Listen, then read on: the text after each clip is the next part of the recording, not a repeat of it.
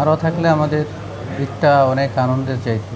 তাকে ছাড়া আমাদের ঈদটা এরকমই হইতেছে, কেউ আমাদের খোঁজ নেয় না, কেউ না, ইভেন সরকারও না। নাফিসা হোসেন মারোয়া, সে থাকতো টঙ্গীতে। সে এইচএসসির ফাইনাল ইয়ারের ছাত্রী ছিল, 6টা পরীক্ষা দিচ্ছে।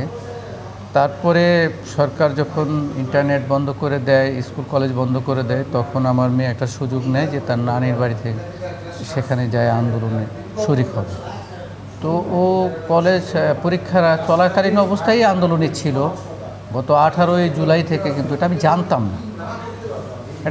না। যখন আমি পরে জানতে পারছি তখন আমি তারে অনেক প্রেশার করি, তাকে বারণ করি। তারপরে সে সুযোগ নেয় যে স্কুল কলেজ যেহেতু বন্ধ, ইন্টারনেট বন্ধ, তো আমি নানির বাড়িতে যাই, ওখান থেকে একটা সুযোগ নিব, ওইখান থেকে গিয়ে আন্দোলন করব। ওইখানেও কিছু বান্ধবীরা আছে, তাদের সাথেই জাহাঙ্গীরনগর বিশ্ববিদ্যালয়ের হয়ে আন্দোলনে শরীক হয়েছে। তো আন্দোলন তো সেখানে করে 5 তারিখে তার সাভার মডেল মসজিদ সংলগ্ন সে শহীদ হয়। আমার মেয়ে যে গুলিবিদ্ধ হওয়ার প্রায় 45-50 মিনিট পরে আমাকে তার মোবাইলের পাসওয়ার্ড খুলে সে আমাকে ফোন দিচ্ছে। ফোন দিয়ে বলছে, আব্বু আমি মরে যাব, আমার লাশটা তুমি নিয়ে যাবে। তখন আমি বাসা থেকে দৌড়ে শোনার পরে আমি তখন ওই প্রত্যাশার মাঠ পর্যন্ত গেছিলাম। যখন এই কথা শুনছে তখন আমি রাস্তায় কোনো মানুষজন ছিল না, কোনো গাড়ি ঘোড়া ছিল না, কোনো কিছুই ছিল না। তা আমি এখান থেকে দৌড়াতে সেই সাভার গেছি। আমার কষ্টটা একটুও হয় না যে আমি দৌড়াই গেছি, কিন্তু গিয়ে আমি আমার মেয়েটাকে আর পাইনি। রোজার ঈদ গেল, কুরবানির ঈদ আসলো। কুরবানি যে আসলে মূলত যে উদ্দেশ্যে মানুষ কুরবানি দেয়, আমি মনে করি আমার সন্তানরাই এই দেশের জন্য নিজেরাই কুরবানি হয়ে গেছে। আর যারা এই লোক দেখানো কুরবানি করতেছে, এটা কুরবানি তো আমি মনে করি বিশেষ করে বাংলাদেশের জন্য এটা লোক দেখানোই কুরবানি, এটা কুরবানি না। কুরবানি তো তারাই হয়েছে যারা এই দেশ স্বাধীনতার জন্য, একটা স্বৈরাচারকে হটানোর জন্য ওরা যে কুরবানি হয়েছে, ওটাই আসল কুরবানি। তাকে ছাড়া আমাদের ঈদটা এরকমই হইতেছে, কেউ আমাদের খোঁজ নেয় না, কেউ না, ইভেন সরকারও না, কেউ আমাদের খোঁজ নিচ্ছে না।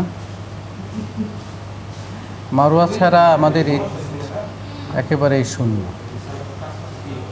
আমার ঘরে কোনো বাজার হয় নাই, আমি কোনো কেনাকাটা করি নাই। মারোয়া থাকলে আমাদের ঈদটা অনেক আনন্দের চাইতো। অনেক কষ্ট থেকে কথাগুলো বলা। এই দেশে যারাই শহীদ হয়েছে, পিতা মাতা ভাই বোন সন্তান যারাই শহীদ হয়েছে, তারা যে জন্য শহীদ হয়েছে মূলত সেই কাজগুলো হচ্ছে না। সেটা হচ্ছে আমাদের সন্তানরা চাইছিল বৈষম্যহীন একটা দেশ, যেখানে কোনো ভেদাভেদ থাকবে না, কোনো বৈষম্য থাকবে না, কোনো অশুভ শক্তি থাকবে না।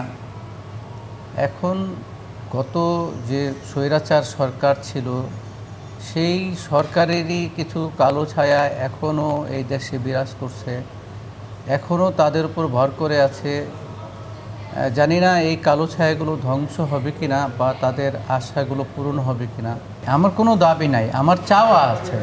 চাওয়াটা হচ্ছে এই যে সরকার আছে, সে সরকার যেন সুন্দর একটা পরিবেশ সৃষ্টি করে বাংলাদেশটা যেন শান্তিপ্রিয় হয় এবং বাংলাদেশের মানুষ যেন শান্তিতে থাকতে পারে। এই শহীদদের সাথে যাতে কেউ বেইমানি না করে, শহীদদের পরিবারদের সাথে এবং আহত যারা হয়েছে তাদের পরিবারদের সাথে কেউ যেন বেইমানি না করে, তাদেরকে অবহেলা না করে, তাদেরকে যেন শান্তিতে রাখার কোনো ব্যবস্থা করে সরকার।